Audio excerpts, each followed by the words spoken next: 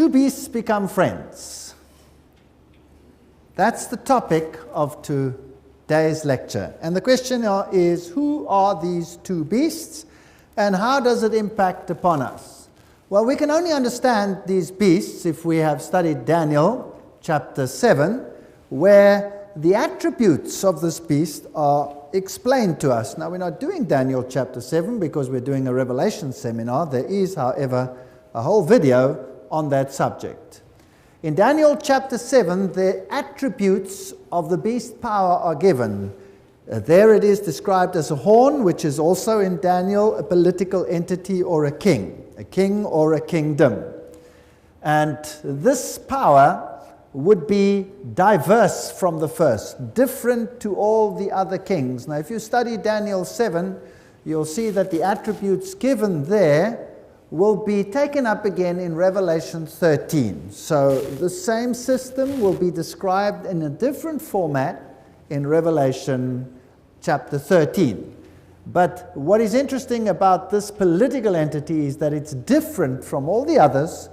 And the reason why it is different, because it's also ecclesiastical. It is also a religious system, because its main emphasis is religion. It has a quarrel with the saints of the Most High, and it is blasphemous towards the Most High. Daniel 7:25 says, "And he shall speak great words against the Most High, and he shall wear out the saints." So this has a political agenda and it has a religious agenda of the Most High, and think to change times and laws. It'll change the times and it will change the laws. Fascinating. If you think about this system, and this system can apply only to one institution, and that is Rome. No other institution covers every single aspect of the little horn power. We haven't got time to go into all the details. It has changed the times and it has changed the laws of God and the times of God. We'll come to that a little later. "And they shall be given into his hand until the time and times and the dividing of times." We pick this prophecy up in Revelation chapter 11, where they would have controlling power for these 3.5 prophetic years, the 1,260 prophetic days, the 1,260 literal years.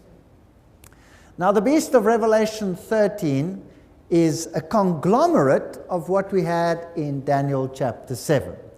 There are various aspects surrounding this animal. It has the head of a lion, the mouth of a lion. Now, the lion represented Babylon in Daniel chapter 7.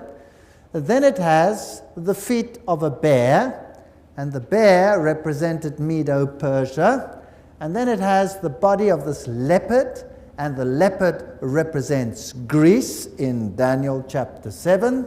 And then it has the 10 horns and these 7 heads, and these 10 horns represent the 10 kingdoms that we have in terms of the creatures in Daniel chapter 7, and the toes of the statue in Daniel chapter 2. So this is a conglomerate beast having components, philosophies, if you like, of Medo-Persia, Greece, Rome, and Babylon. And it speaks with the mouth of a lion. So it speaks Babylonian language. "And I stood upon the sand of the sea, and I saw a beast arise out of the sea, nations, peoples, multitudes, the waters that you saw." So it comes out amongst the nations, having 7 heads, 10 horns, and upon its horns 10 crowns, and upon his head the name of blasphemy. There you have the link with Daniel chapter 7. This blasphemous power that is against the Most High comes up amongst the nations, and in Daniel chapter 7 we see that it comes up in Rome, in the Roman Empire, and particularly the Western Roman Empire, and this influence would spread across the entire world. "And the beast which I saw was like unto a leopard." It therefore has Greece in it. It has Grecian philosophy, if you like. and the Roman Church certainly has the philosophy of the Greeks in it, because it supports Aristotle and all of these great philosophers. And Origen and all the Greek scholars that arrived later in the Roman Empire are also represented. And his feet were as the feet of a bear. Does Rome have Medo-Persian philosophy? Absolutely. Mithraism is the main thrust of the religion. It even has the triple crown, which comes from Medo-Persia. And the mouth was the mouth of the lion, is the Babylonian religion of Isis and Osiris, of Baal and Ashtoreth. Are all these religions embodied in it? The answer is yes. If we go to Babylon, the lion was a symbol of Babylon. But the sad story is that the dragon gave him his power and his seat and great authority. Revelation chapter 1 and 2 complete, or verses 1 and 2, tell us the sad story that behind this power is the dragon. And the dragon is none other than the devil. Revelation chapter 12 verse 9 identifies the dragon as Satan. But Satan works through human agencies. In Revelation chapter 12, the dragon worked through pagan Rome and attempted to destroy Jesus.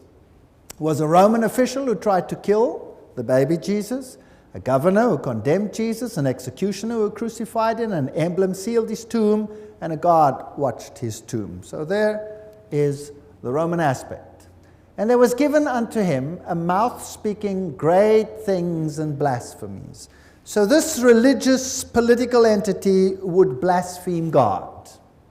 And power was given him to continue 42 months. There is the 42-month period. 42 times 30 prophetic days is 1,260 days. And he opened his mouth in blasphemy against God to blaspheme his name. That's the character of God. And his tabernacle. That's the sanctuary service. That means the path of salvation, which is explained there, robs people of the saving power of Jesus Christ. Has this power done this? Yes. Is that substituted saints and Mary and all kinds of intermediaries, even the church itself and its delegates, to mediate on behalf of man, and them that dwell in heaven, and thus they blaspheme the very God of heaven. Revelation 13, 5 and 6. And power was given unto him to continue 42 months. Revelation 13, verse 5. So it would do this openly, publicly, for those 42 prophetic months. 42 months, 42 times 30, 1,260 days, a day for a year. I've given you a day for your year, Ezekiel 4, verse 6. That brings us to the same story that we found in Revelation chapter 11, where Vigilius ascended the papal chair 538 AD under the protection of Belisarius. That's history. So we have a starting date when the papacy started to exercise the power from the decree that Justinian had issued, giving it the power to correct all heretics, those who dared to think for themselves. So the legally recognized supremacy of the Pope began in 538 AD and then went into effect the emperor's decree, as I have said, where he was the corrector of heretics. So Rome today still claims to be the sole one who can determine what you should believe, because the papacy claims infallibility and cannot make a mistake on doctrinal issues.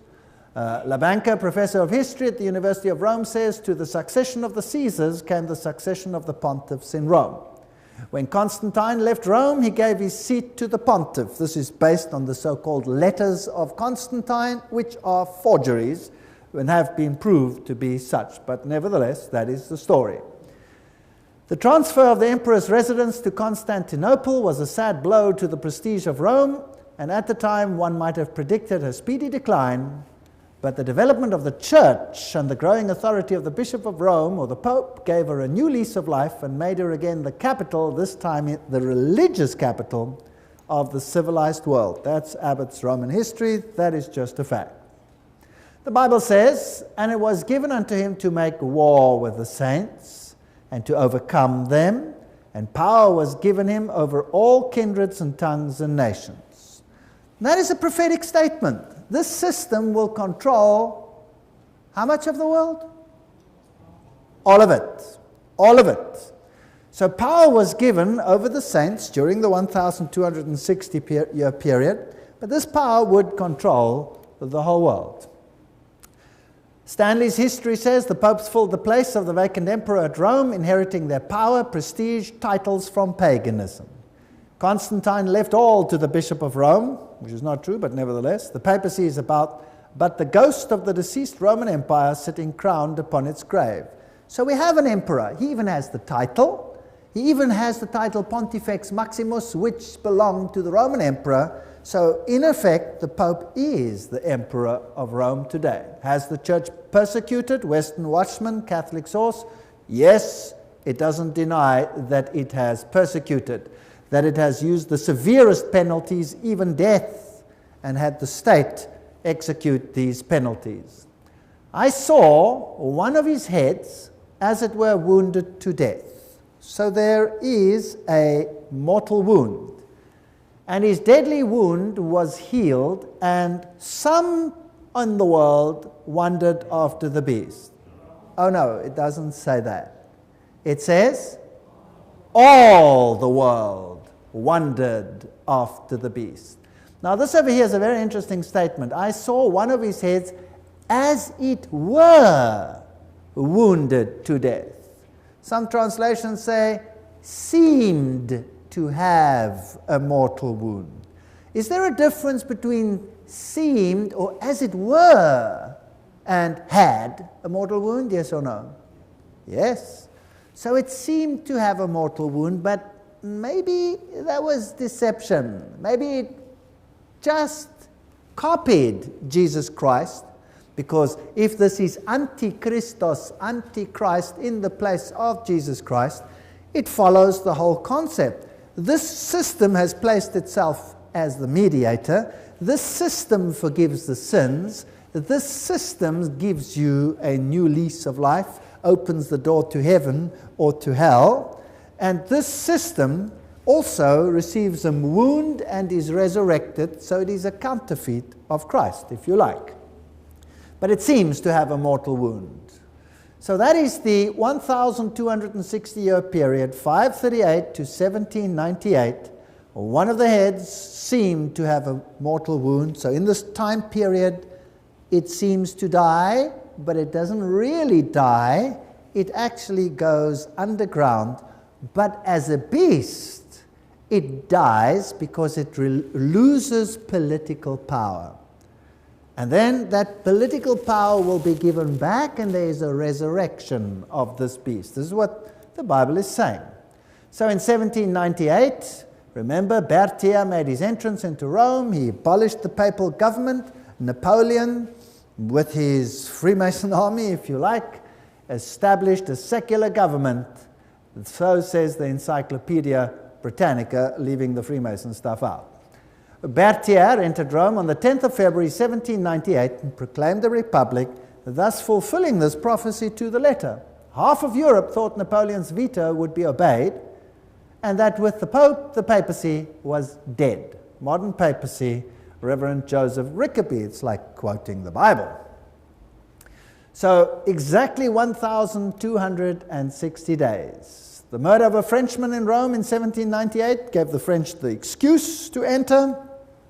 Church history says, and they carried him off into exile, the Pope, and the beast received a mortal wound.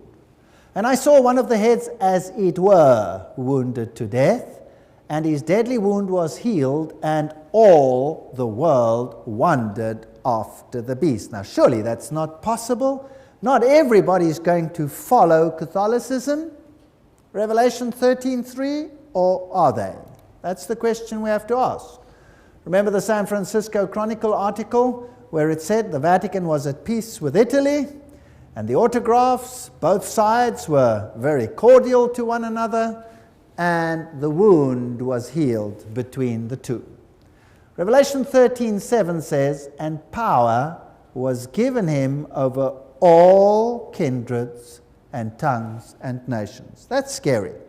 Rome will control the entire world. That's what it says. So, a universal religious power controlling the conscience of the entire world. That's what the promise is. And they worship the dragon. So if you follow the system, unwittingly, you are actually worshipping the dragon which gave power unto the beast, because it is a deception. Jesus Christ has been replaced by this antichristos system, something in the place of Jesus Christ, and they worship the beast. So the beast receives homage, and we have a father-son sort of system here, saying, who is like unto the beast, who is able to make war with him. So if you oppose it, do you get obliterated by war? Probably. And he opened his mouth in blasphemy against God to blaspheme his name and his tabernacle. We've discussed that already. That's the ministry of Christ. And them that dwell in heaven, God himself is blasphemed. Jesus is removed in their writings. And all that dwell upon the earth shall worship him, whose names are not written in the book of life of the Lamb, slain from the foundation of the world. Revelation 13, 4-8. So don't you think it is important that Roman Catholics should know that if they are in this system and knowingly cooperate with this system, that they are actually worshipping the dragon? I was pleased when I found this out. Know ye not that to whom you yield yourselves servants to obey, his servants are ye whom ye obey? Whether of sin unto death or obedience unto righteousness, Romans 6:16. So if you obey the system, well, then you are part of it. For thou hast said in thy heart, I will ascend into heaven, I will exalt my throne above the stars of God, and I will be like the Most High. He wants the worship. So if we worship the system, we're actually worshipping the dragon. The Pope has been man of the year, and prophets, I believe, have looked down the stream of time. Billy Graham said, he'll go down in history as the greatest of modern popes. Fascinating. He really will, he has a will and a determination to help humanity through spirituality. Well, maybe that should be corrected and say spiritualism. That is marvelous, that is good. I know how difficult it is for leaders on these issues. Thus said the Dalai Lama. Now, what is this about blasphemy? Revelation 13:6, he opened his mouth in blasphemy. Daniel 7:25, he shall speak great words against the Most High. What does it mean to speak great words against the Most High? There are two definitions in the Bible. John chapter 10:33, and the Jews answered him, saying, for a good work we stone thee not, but for blasphemy, because thou, being a man, make thyself God. Who opposes and exalted himself above all that is called God, or that is worshipped, so that he, as God, sitteth in the temple of God, showing himself that he is God. 2 Thessalonians 2:4, describing the Antichrist power, saying that it is God and taking the place of God. He'll do the forgiveness of sins, he'll do these things and the other things. So, the Bible defines blasphemy as assuming any right or power that belongs to God alone. Now let's read papal statements, Ferraris Ecclesiastical Dictionary. The Pope is of so great dignity and so exalted that he is not a mere man, but as it were God and the vicar of God. So there's a papal statement where the papacy claims to be God, just like the Roman emperor claimed to be God. So he says it himself. Pope Leo said, we hold upon this earth the place of God Almighty.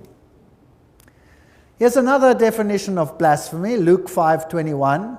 And the scribes and the Pharisees began to reason, saying, who is this who speaks blasphemy? Who can forgive sins but God alone? So if you say you can forgive sins, that's blasphemy. For there is one God and one mediator between God and men, the man Christ Jesus, says 1 Timothy 2:5. Here comes another system. And the Pope says, on the authority of the councils, All names which in the Scripture are applied to Christ, by virtue of which it is established that he is over the church, all the same names are applied to the Pope. So the papacy takes the place of Jesus Christ. And they claim, God himself is obliged to abide by the judgment of his priests, and either not to pardon or to pardon according as they refuse or give absolution. The sentence of the priest precedes and God subscribes to it. Wow! Dignity and duty of the priest. So the priest is higher than God. The priest will decide whether you are forgiven or not, and God has no choice but to obey his priest. Isn't that pathetic? That's arrogance of the highest order. Here's another statement. The poor sinner kneels at the confessor's feet. He knows he's not speaking to an ordinary man, but to another Christ. He hears the words, I absolve thy sins, and the hideous load of sin drops from his soul forever. Shall I be a priest? These are all Roman Catholic statements. If any man have an ear, let him hear. He that leadeth into captivity shall go into captivity. He that killeth with a sword must be killed with a sword. Here is the patience and the faith of the saints. Revelation 13, 9 to 10. Now Daniel told us something more about this power. It told us that it would change the times and the laws. Now we've already discussed that.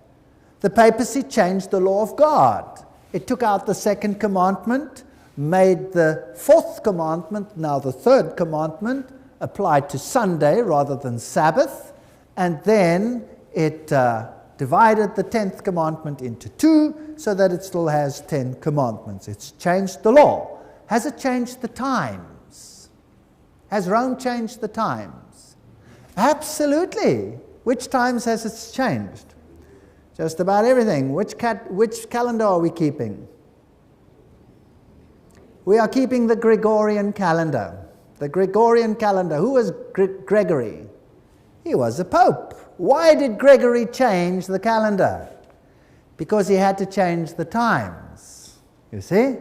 He had to change the times. Now today is a good day to talk about this because today is the feast of Ishtar.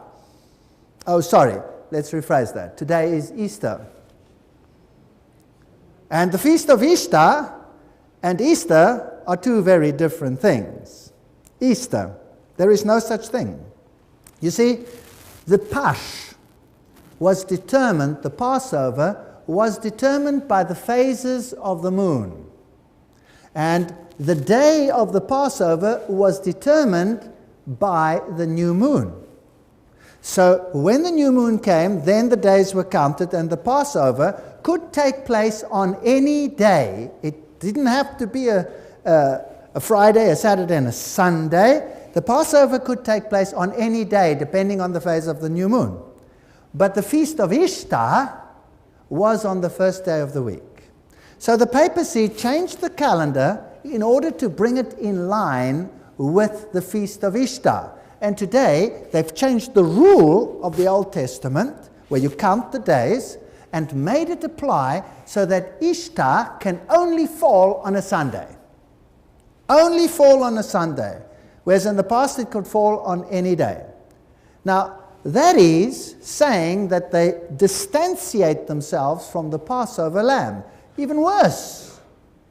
If you now, by chance, because this can happen, and it happened just a few years ago, in fact, I can't remember the exact date, when the Pope was in America, that's exactly when it happened, by the way, it just so happened that the feast of Easter and the feast of the Passover happened to coincide and be on the same day.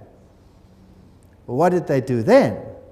Well, then they freak, you see. They don't like that. So the Pope then postpones Easter by 1 week. And that's what they did. They postponed Easter by 1 week so that it dare not fall on the day of the Pasch, because we want nothing to do with the lamb that died for us. We serve another purpose. Ishtar is a pagan feast. So he changed the feast days. He changed the times so that it can fall into line with that. He changed the whole calendar to bring it in line with the pagan feast. And he changed the law of God. So the sword must be killed with a sword. He who kills with a sword must be killed with a sword. Here is the patience and the faith of the saints, Revelation 13, 9 to 10. So 1798, the papacy gets a mortal wound, receives a mortal wound. He is killed with a sword as he has killed with a sword before that. And now the prophet looks around. We have a date, 1798, this mortal wound takes place. And I saw another beast coming up out of the earth. Now if sea represents peoples, multitudes, nations, tongues, then what must earth represent?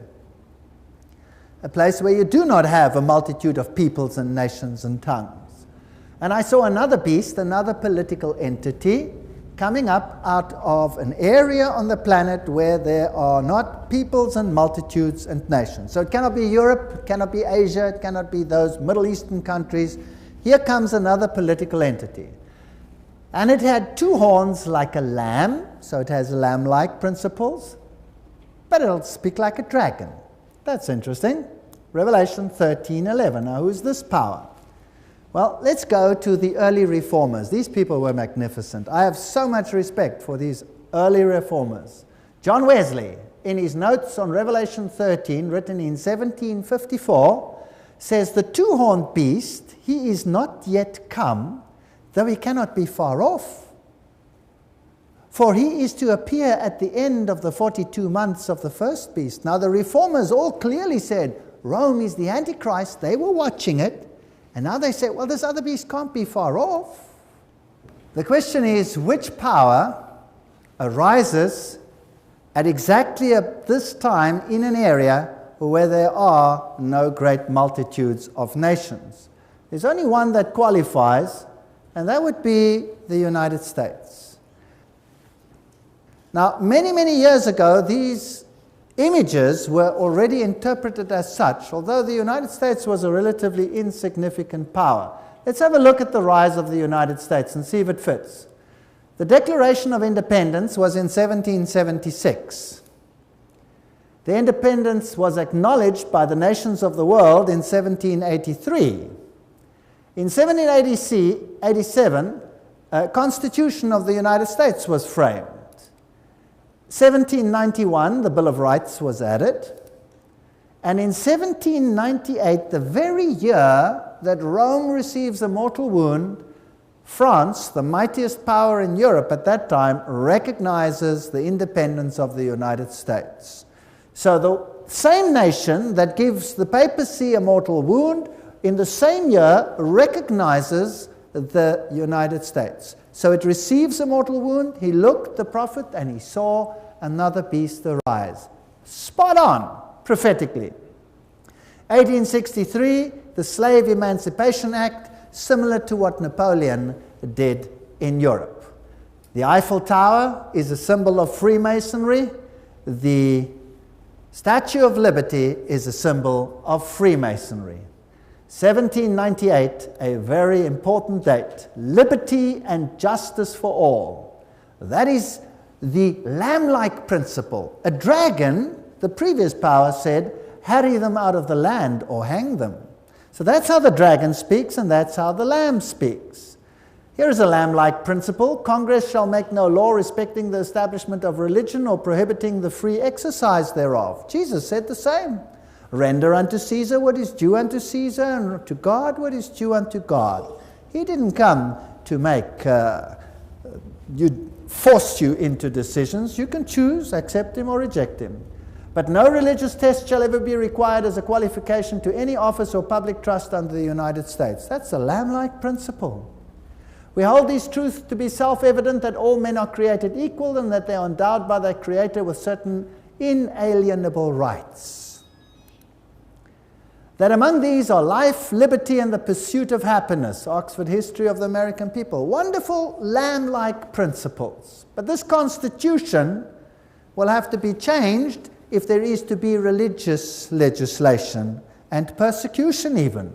The Constitution will have to go. By the way, we have moved from a republic to a democracy. America was not a democracy, it was a republic. You could choose, but there's a vast difference between a republic and a democracy. A vast difference. You know, if 10 wolves and 1 lamb have to vote on an issue at what is for lunch, the lamb will end up being lunch in a democracy. It's 10 to 1. You understand? And a republic has totally different principles to a democracy. The constitution is central in a republic, and you cannot just vote it away, but that seems to have changed. The Bible says, Revelation 13:11, he spoke like a dragon. Now, the dragon gave the first power its seat and great authority, and it used it to do what? To blaspheme God and to persecute the saints. Didn't it do that? Exactly. Do you think the second power could start doing the same thing? Think it's possible? Revelation 12:17, and the dragon was enraged at the woman and went off to make war against the rest of her offspring, those who obey God's commandments and hold to the testimony of Jesus. Oh, so if you cling to the word of God and to what the prophets have said, and you obey God's commandments rather than man's commandments, do you think you could get into trouble here with a dragon? So he spoke as a dragon. How did this dragon speak? Let's ask Rome how she spoke. This is the syllabus of Pope Pius IX, given in 1864. The state has not the right to leave every man free to embrace whatever religion he shall deem true. All right, that was dragon language.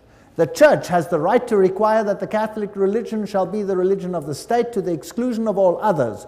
Cursed be those who assert liberty of conscience and of worship, and such that maintain that the church may not employ force.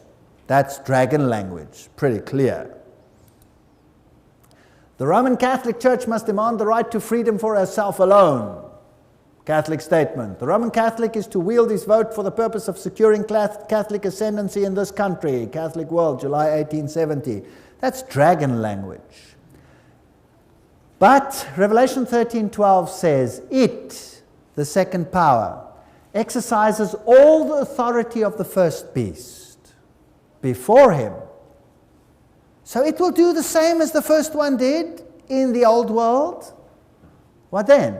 And causes the earth and those dwelling in it. How much of the world is that? Everybody. To worship the first beast. Aha. Now, how do you force someone to worship the first beast, whose deadly wound was now healed? How do you force, by legislation, someone to worship the first beast? The only way you can do that is through laws which govern the conscience. Is that right? So if the first beast has a rule or rules and says, this is the standard that I want implemented, and I feel, hey, I want nothing to do with that, that's contrary to the law of God, and the second power comes along and says, if you don't, sizzle fits. What then? Then the second power is enforcing laws of the first power, and if I then obey those laws, then what am I actually doing? I'm worshipping the first beast, because it made the laws. Isn't that correct? And so I'll be in big trouble with God, because what if those laws are contrary to the law of God? Then I have to make a choice. Okay, but that's what the Bible says what will happen. The second beast will do exactly that. And it does great wonders, so that it makes fire come down from heaven onto the earth in the sight of men. What is that? Well, it could be literal fire, but I think we're dealing with spiritual fire here. And it deceives those dwelling on the earth. Now, a literal fire is not very deceptive. It's pretty painful. But a spiritual fire, that could be problematic. So this second power will use deception in order to do this, because of the miracles which were given to it to do before the beast. So if you see within the second beast, let's say the United States, a power that sends a spirit out, fire, Holy Spirit, but it is a false spirit, and it is a deceptive spirit, and it is full of miracles and signs and wonders, well, then you have a problem. There's a lecture coming up, and it's called Strange Fire. Tuesday evening. Whatever you do, don't miss that lecture. I'm going to show you some strange fire that you cannot believe, which were given to it to do before the beast, saying to those dwelling on the earth that they should make an image to the beast who had the wound and by the sword and live. How do you make an image to something? What's an image?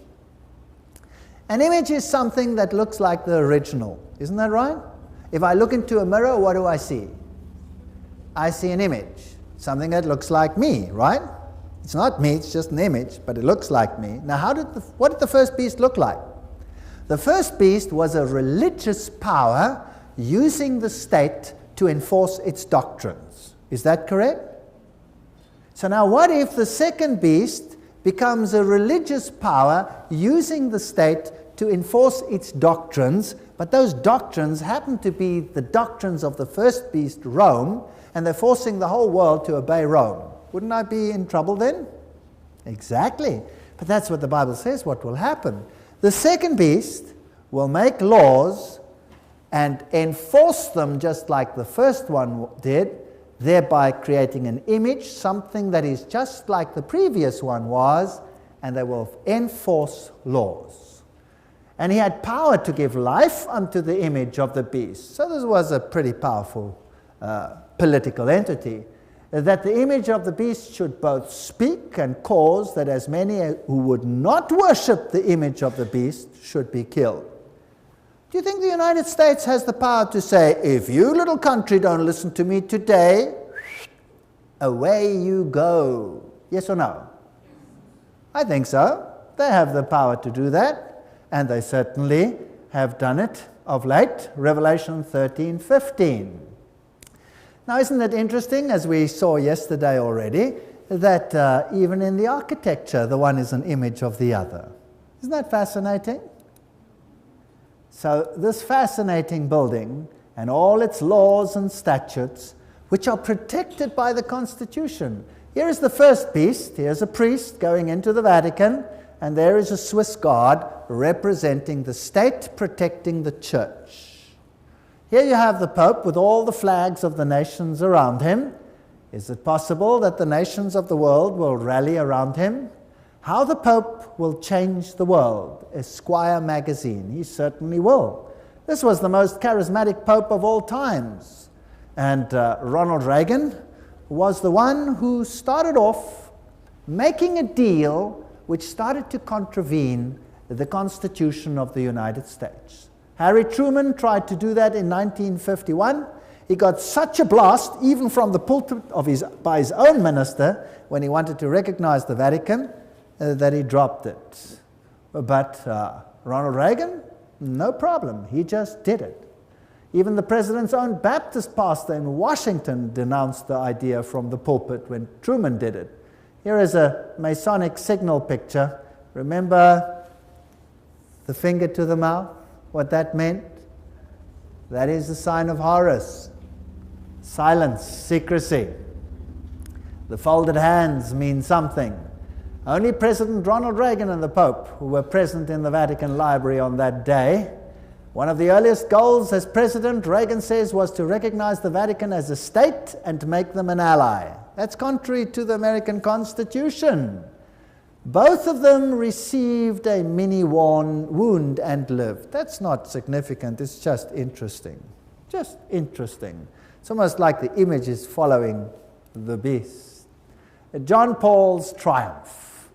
Here we have another signal picture. We have Gorbachev and the papacy together. They exchanged some gifts. The party comes to an end. Communism had served its purpose. It could go. And the man was without a country. This was a nice joke in a South African magazine, the egg being communism. And he said, "Maar hier staan niks in nie. There's nothing in here." You see, it was a ruse to make people believe something or other. And then finally, who would get the credit for the fall of communism? If communism had been set up to subjugate the Orthodox Church and to eliminate Protestant thinking in the east of Germany, which it certainly did, once it had accomplished that, communism could go and be dissipated, and who would get the credit for that? the Pope would get the credit for that. How do we know that? Because Mary had already, supposedly, in Fatima said, the Pope will consecrate the whole world to the Immaculate Heart of Mary, and Russia will be converted. That was easy to say because the Bolsheviks had just taken power in 1917, the very year when that statement was made. They knew they had it in the bag, not too difficult. The three secrets, not too bad either. The first was a vision of hell, which makes no sense whatsoever. The second one was Russia will be consecrated. They'd taken power anyway. And the third one was that a future pope would receive an attack on his life, but survive and issue in the final events. Now, if you know history in advance because you are creating it, that's no problem. Now, did the papacy receive the honor for that? Well, let's ask the presidents of the United States whether that is so. This is the papal visit to the United States since Louis. Let's ask the then-time President Bill Clinton to tell us what he thinks. 2,400 of his faithful here to welcome him. He's waving to the crowd.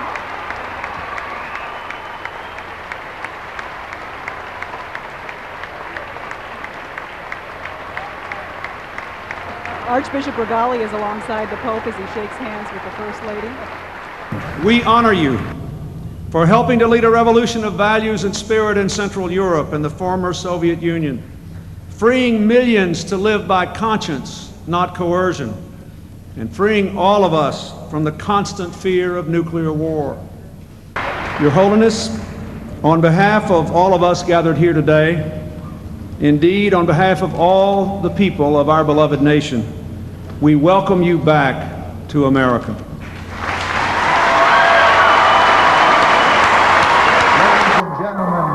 His Holiness Pope John Paul II and the Vice President of the United States and Archbishop. So who received the honor for bringing down the Soviet Union? The Pope. We honor you for freeing millions. So, interesting fulfillment of prophecy. Herman Melman, America has been settled by people of all nations may claim her for their own. We are not a narrow tribe of men, no, our blood is as the flood of the Amazon, made up of thousands of noble currents all pouring into one. We are not a nation so much as a world. And all the world wondered after the beast. Now that means every single country. Remember the question we had in the beginning? Do you think it's possible that every country would be subject to him? Pope John Paul, superstar. Now this church, the Roman Church, claims to be the mother of all the churches. Here it says, Mater Ecclesia, the mother of all the churches.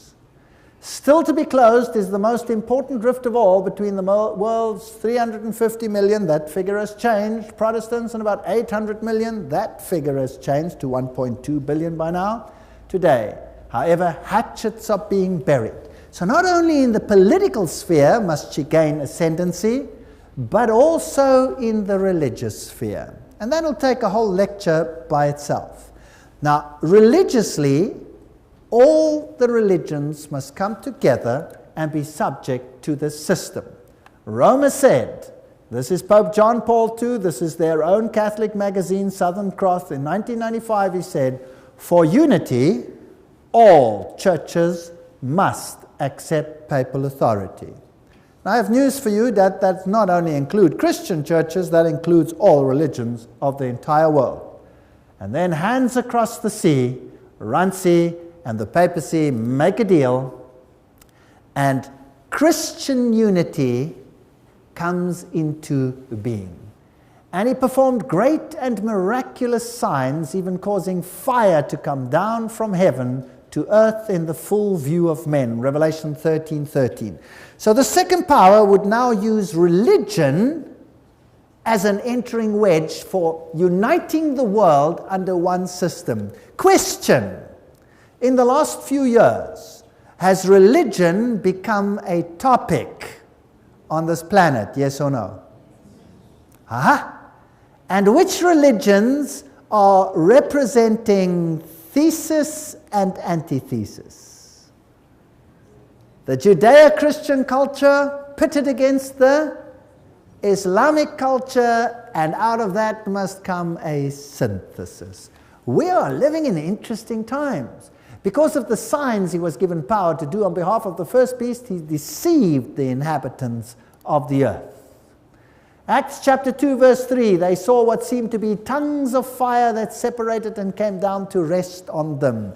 Is it going to use some form of religious fervor, supposedly by the Holy Spirit, because fire came down? That was the Holy Spirit's outpouring upon the people. Is religious fervor going to bring about the clash?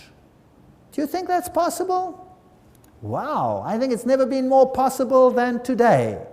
The Bible, I believe, is spot on.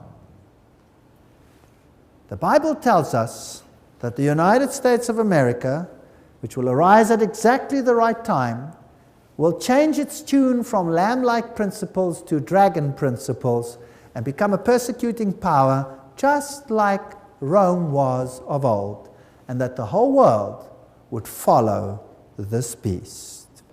He was granted power, says Revelation 13:15, to give breath to the image of the beast, that the image of the beast should both speak, so this new religio-political power would make its voice heard, and cause as many as would not worship the image of the beast to be killed. You either go along with this, or you're out. So the basic tenet is shape up or ship out. Isn't that right? That's it. Shape up or ship out. Well, you know, the President of the United States is making noises like that. You're either for us or against us. Did he say that? Isn't that interesting? Isn't that interesting? Church and state, are they going to work together? Is there going to be an image, something to pay homage to? Is the Constitution going to be amended? Great controversy, page 445. The image of the beast represents that form of apostate Protestantism which will be developed when the Protestant churches shall seek the aid of the civil power for the enforcement of their dogmas. It is a mistake to apply American democratic procedures to the faith and the truth. Time magazine, January 1995. Well, that's contrary to the Constitution. They call that a mistake these days. Well, remember, he causes all, both small and great, rich and poor, free and bond, to receive a mark in their right hand or in their forehead, and that no man might buy or sell save he that had the mark or the name of the beast or the number of his name. There's a nice package deal there, Revelation 13:16-17. Here are the issues that are at stake. So if you do not take the mark of the beast, that's the first beast. So we have to ask, what is the mark of the first beast? Now today people think that is a computer mark or a chip in the hand. That might be a means of controlling buying and selling. And yes, there are devices that have been created to put in your hand or under the skin of your forehead, which will say where you are and what your banking details are and work like a credit card and all these things. But my question to you is this. Is a credit card something that dictates the conscience? Yes or no? Is a dollar note something that dictates the conscience? Yes or no? No. What dictates conscience? Right or wrong? And this is a mark, a distinguishing feature, if you like, of the first beast, which is Catholicism. Is a computer chip a distinguishing feature of Catholicism? Yes or no? Or are we dealing with doctrine? Surely we are dealing with doctrine. Is God concerned if your can of beans is scanned by a barcode and leaves you out of heaven because of that? Yes or no? Or is God concerned if you decide not to obey him, but rather an earthly power contrary to his will? Would he be concerned then? Yes, it's a question of allegiance. So, yes, maybe there will be a chip. Maybe they will enforce it on the hand and enforce it on the forehead, whatever. That's not the mark of the beast, because the beast has been defined as Catholicism. Did a computer chip change the law of God? Yes or no? Did a computer chip persecute the saints? Did a computer chip change the times? No. So, buying and selling, you can only do it if you accept the mark of the beast. Here is wisdom. Let him that has understanding count the number of the beast, for it is the number of a man, and his number is 666. It is the number of a what? A man, not of a can of beans in Walmart or wherever, right? It's not a can of beans, it's the number of a man. Well, here's a man. What are the letters inscribed on the Pope's crown, and what do they signify, if anything? The letters inscribed on the Pope's mitre are Vicarius Filii Dei, which is the Latin for the Vicar of the Son of God. So, there it is, Vicarius Filii Dei. And if you add that up numerically, if you give the Latin numerical value to the names, numbers, then you get to exactly 666. And there is no way of getting around that one. For a while there, this mitre disappeared and the people said there was no such title. But of course it is in the articles of the papacy, though they cannot deny that that title literally exists. 666 symbolizes the union of era. In Greek, you have Greek numerical value. The Latin kingdom, Helatina Basileia, if you add the Greek numerical value, you get to 666. The Italian church, Italica Ecclesia, 666. The Latin-speaking man. These are all official titles of the papacy. They all work out to 666. That's interesting. So the system has a number 666, and the man, the Antichristos, Vicarius Filii Dei, vicar of God here on earth. It means literally in the place of Jesus Christ. That's what it means. So in actual fact, the papacy says, call me in the place of Jesus Christ, in the place of his anti, call me Antichrist. Couldn't have done us a bigger favor. He identifies himself. Mark of the beast, what is that? First we must understand God's mark, his seal or his sign.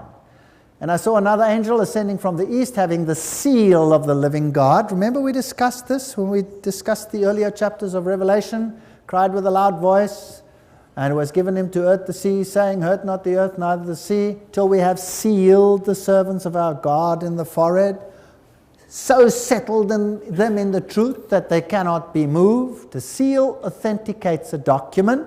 So the president has a seal. Moreover, I gave them my Sabbaths, that there might be a sign between me and them, that they might know that I am the Lord that sanctifies them. Ezekiel 20:12. And of course, if you take that sign, its oath, it means a mark. God has a mark. So God's seal contains his name, his title, his territory. I, the Lord, Yahweh, his title, creator, territory, heaven and earth. It's in the heart of his law. Remember the Sabbath day to keep it holy. 6 days you shalt labor and do all thy work. But the 7th day is the Sabbath of the Lord thy God. For, why? In 6 days, Yahweh, the Lord, made, creator, heaven and earth. By the way, remove the Sabbath, as we have said before, and the entire law has no stamp of authority. It could be from Joe Schmo. But because the Sabbath is in there, the entire law gets its authority from none other than the creator of heaven and earth. So now, what if you take this law and you modify it and you put a different stamp on there? What do you do then? What happens then? So Satan has attacked the Sabbath because it is the seal of God. It is the mark of authority which makes the whole of the law valid. Remember Daniel 7:25? He will think to change times and laws. Well, let's ask the Pope whether he does that. Decretal de translat episcop. The Pope has power to change times, to abrogate laws, to dispense with all things, even the precepts of Christ. That's pretty arrogant. He can do whatever he likes. No wonder he has the sign of Horus on his lapel over there. That's the symbol of Horus, by the way.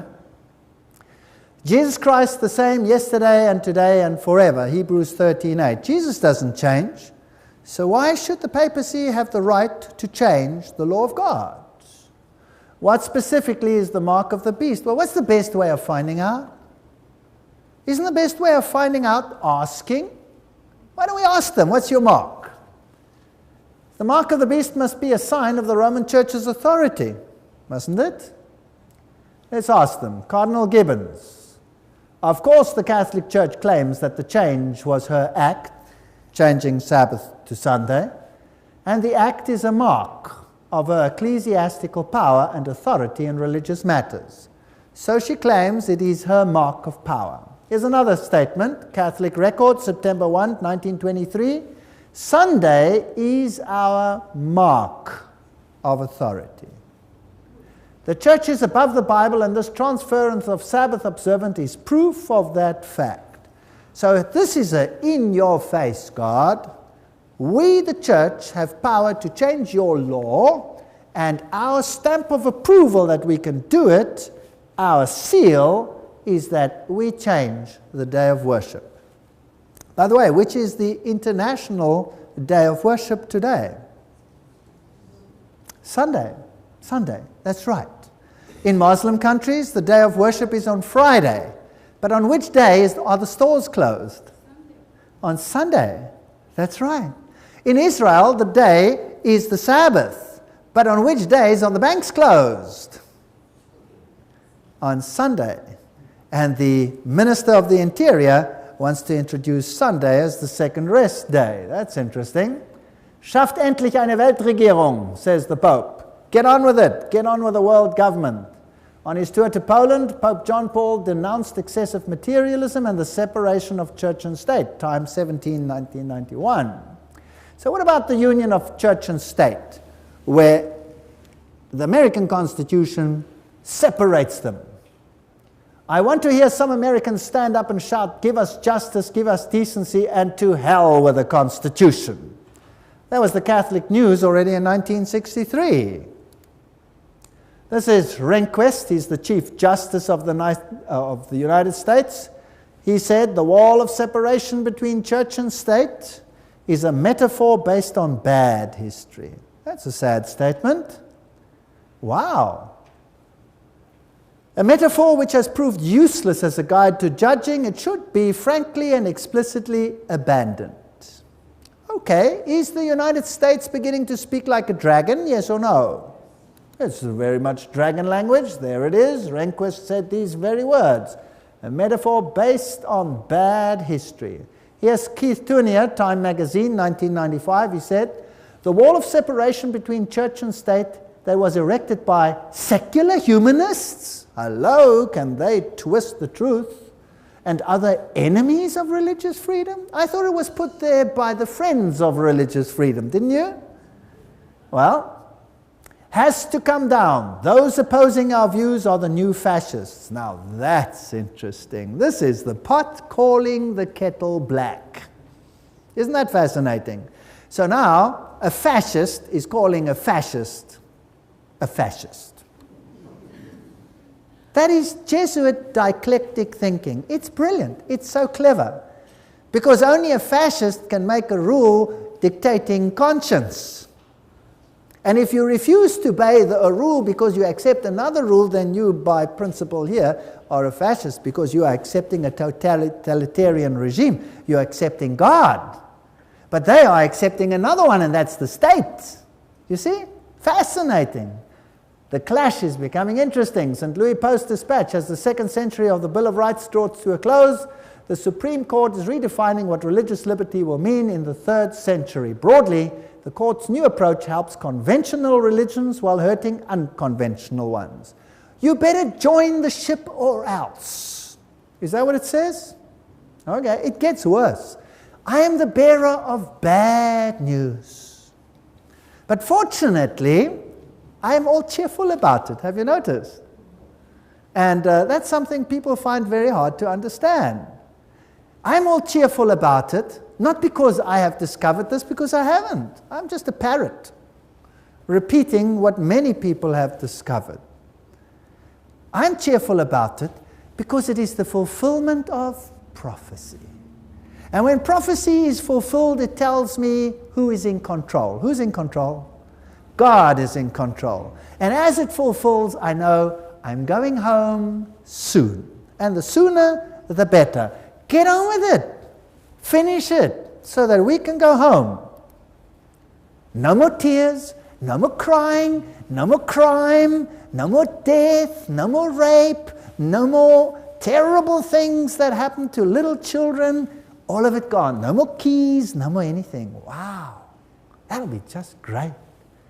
It seems to be plain. This is Justice William O'Douglas. It seems to be plain that by these laws, the states compel one under sanction of law to refrain from work or recreation on Sunday because of the majority's view on that day. The state by law makes Sunday a symbol of respect or adherence. Pat Robertson said, the next obligation that a citizen of God's world order owes is to himself. Remember the Sabbath day to keep it holy as a command for the personal benefit of each citizen. Higher civilizations rise when people can rest and draw inspiration from God. Laws in America that mandated a day of rest, Sunday laws, have been nullified as a violation of separation of church and state, as an outright insult to God. Oh, isn't that interesting? And his plan, only those policies that can be shown to have a clearly secular purpose are recognized. So what is he saying? Forget about that stupid constitution that separates church and state. Let's do something else. Let's get church and state together. Can you see an image of the beast arising here? Wow, this is fascinating stuff. So church and state will work together and legislate laws which will honor the first beast. Who changed the Sabbath to Sunday? The Roman Catholic Church. If they enforce Sunday, who will they be honoring? Rome. They will be honoring Rome. And then, Sunday Times, 5/7/1998, Pope launches crusade to save Sunday. Make it clear that Sunday must not be worked, since it must be celebrated as the day of our Lord. He brought out a whole encyclical. I'm just going to breeze through it. He says it's tradition. They celebrate the Eucharist. He talks about an encyclical, Rerum Novarum, and he asks for laws legislating the respect their duty to keep Sunday holy. He asks for civil legislation, which will enable us to keep Sunday. Now, the United States should say, our Constitution forbids this. I'm terribly sorry, Mr. Pope, but church and state are separate. We cannot concur. Did they do that? No. Here's the statement. There is Bush. Just after he became president, he cut the ribbon to this new museum, this multi-million-dollar Roman Catholic museum, and he says the best way to honor Pope John Paul II, truly one of the great men, is to take his teachings seriously, is to listen to his words and put his words and teachings into action here in America. And that's the highest official in the government saying, let's listen to the Pope. Is that removing the separation between church and state? Yes or no? Absolutely. This is a challenge we must accept. I have a problem with you, Mr. President. You are speaking like a dragon. Isn't he? Absolutely. Is he fulfilling prophecy? Yes. So am I angry with him? No, please. That he's there and can fulfill the prophecy, because that means we can go home. He exercises all the power of the first beast. Has he got power to tell nations and individuals what to do? Yes or no? Absolutely. And causes the earth and them that dwell therein to worship the first beast. You better obey that system, whose deadly wound was healed. Rub two religions up long enough, and one will rise like a mushroom to defend itself, right? The unrestrained freedom of thinking and of openly making known one's thoughts is inherent in the rights of citizens and is by no means to be reckoned worthy of favor and support. Pope Gregory. You're not allowed to tell what you are thinking anymore. That's what the Pope said. Pope Gregory said that. Fascinating stuff. Is America beginning to say the same things? Hasn't the president says those that say such and such and such and such are the new terrorists? you better not say anything against us or else. Did he say that? Oh yes, he's saying the same thing. Interesting. And we've seen this one. If we gain sufficient numerical majority in this country, religious freedom is at an end. Bishop of St. Louis, November 23, 1851. Religious freedom is rapidly coming to an end. There was a Sunday law in the past. On the venerable day of the sun, let the magistrates and people residing in the cities rest, and let all workshops be closed. That was the edict of Constantine. Christians shall not Judaize. Now, this is the fascinating part. You know, if the world makes a national Sunday law and says, there you go, everybody must rest on Sunday, I will say, okay, that's fair enough. I don't care. Give me one more day off.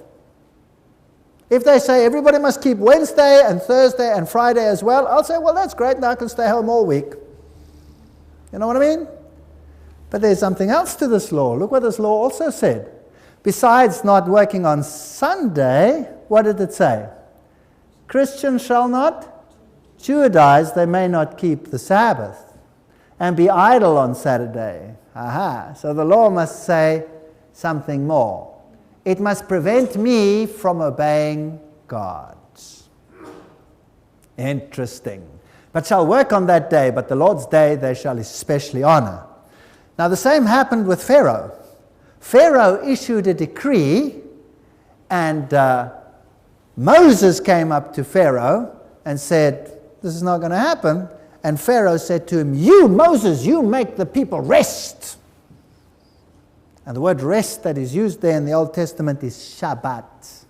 You make the people Shabbat, keep the Sabbath. I am telling you, to your works increase their labor. No more straw gathering for them. Let them work. So what law did Pharaoh make? He made an anti-Sabbath law. So did Constantine make an anti-Sabbath law. At the same time, it was a pro-Sunday law, yes, but that's not the important thing for me. The important thing here is that he forbade one to not work on a Sabbath. And Pharaoh did the same thing. Now, what was God's response to Pharaoh when Pharaoh said, I am going to force you to work on the Sabbath day? What happened? Plagues came and sorted him out. Now the Bible says there will be plagues at the end of time to sort such a power out, right or wrong. The parallels are absolutely fantastic. From the apostles' time until the Council of Laodicea, which was 364, the holy observation of the Jews' Sabbath continued, as may be proved out of many authors, yea, notwithstanding the decree of the council against it. So the early Christians ignored the papal decrees. That the Sabbath was kept, notwithstanding the decree of the council against it, is also seen in the fact that Pope Gregory I wrote against the Roman citizens, forbid any work done on the Sabbath day. That means Sunday. People were working on it. So the early church kept the Saturday. Now here's an interesting decree issued by the first beast. This is the Roman Catholic Church. At the Synod of Toulouse in AD 1163, they issued the following decree.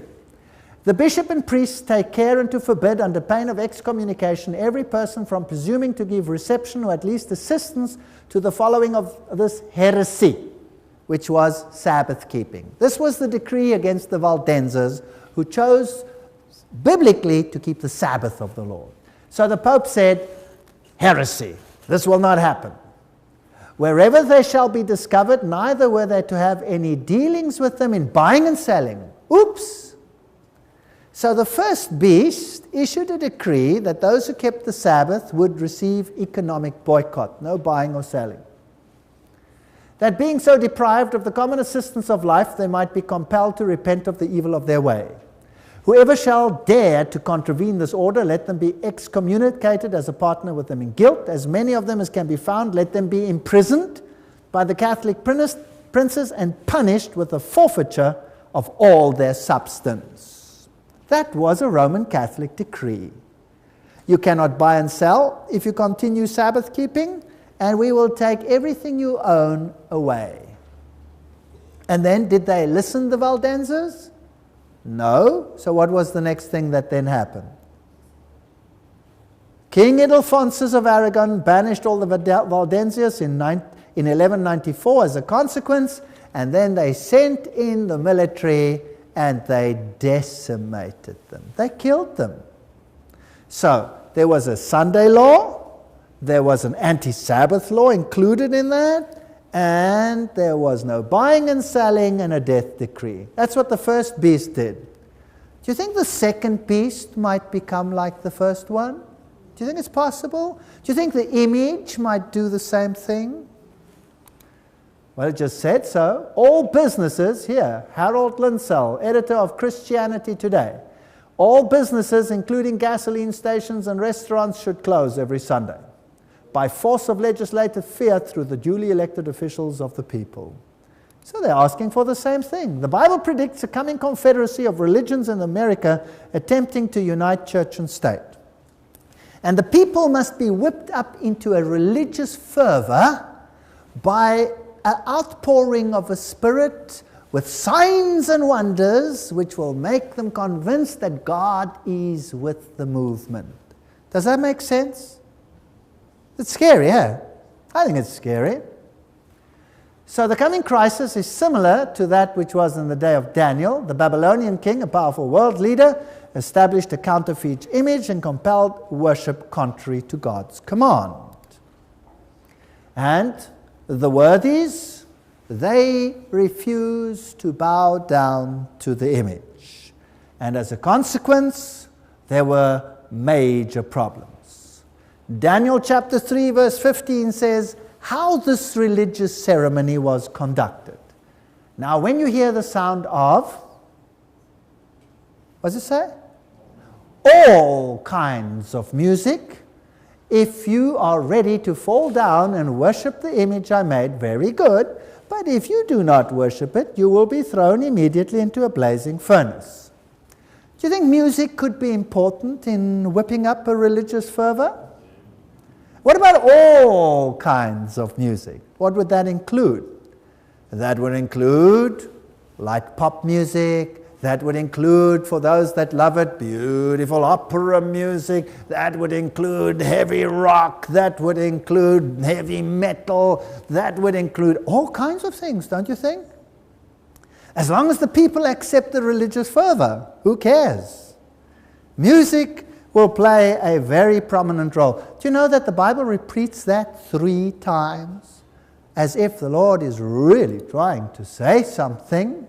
Well, let's have a look what happened when the Pope visited St. Louis and the youth was filling the chamber, and 2 monks out here, I think these look like Franciscans according to their dress, they said, at last we have unity, unity, peace, peace on earth.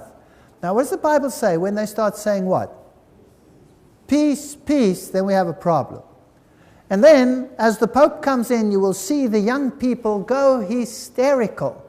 All kinds of music is being used to satisfy the hunger of all their souls.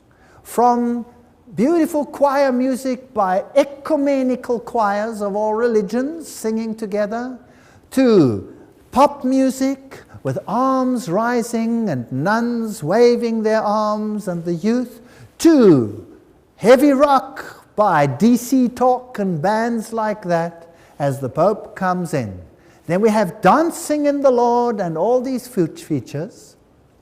And the Roman Catholic priest is speaking to one of the DJs there, and he says, the DJ asks him, or the reporter asks the Roman Catholic priest, do you think there is any religion in this loud music? And the priest says, of course, music is, God is in all the great music systems of the world, the great music of the Reformation. And this music, well, the young people understand it. That's good enough. Well, let's watch and see what happens. It was great. A great feeling of excitement, peace. of peace, Unity. of love. Peace, love, and unity. Unity. Unity. Yes. All nations will come. Worship before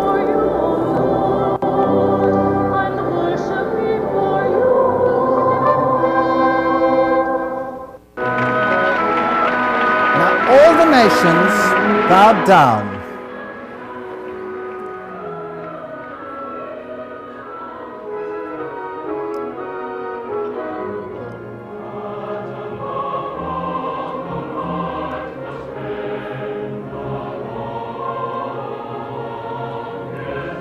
Next nation.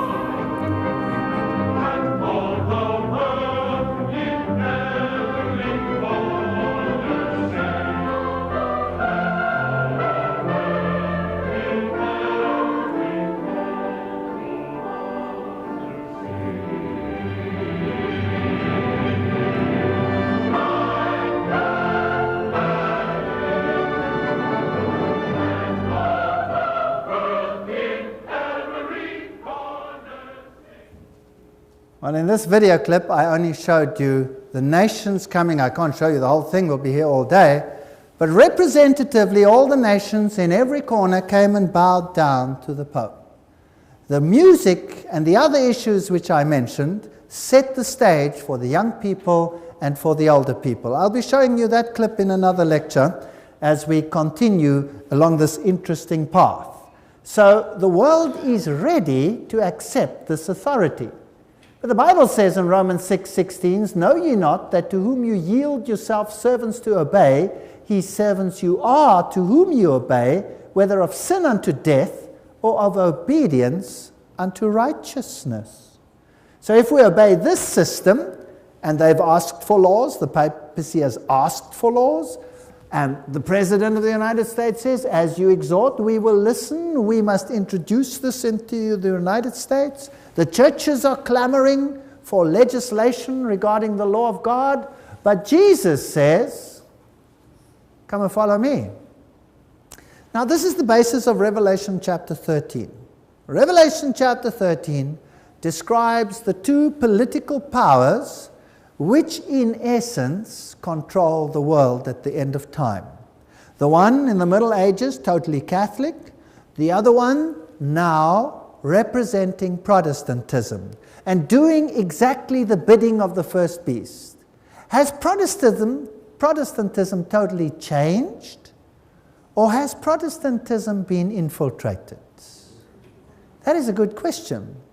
Now we will still have to see, and we'll have to do a lecture to find out whether Protestantism has been infiltrated and whether the great Protestant preachers really are what they say they are. We will also have to look at this fire, this outpouring of the Spirit of God, in inverted commas, which is flooding the United States of the world, and not only the United States, but the entire world through the media. Is it the right one, or is it not the right one? And what must be our criteria? The Word of God. That's all we have. So you will see there are some lectures coming which are called That All May Be One and Strange Fire. Don't miss those lectures. They're going to be very, very revealing. And we will paint in this picture. And we will see that God has predicted 100% what was going to happen on this planet.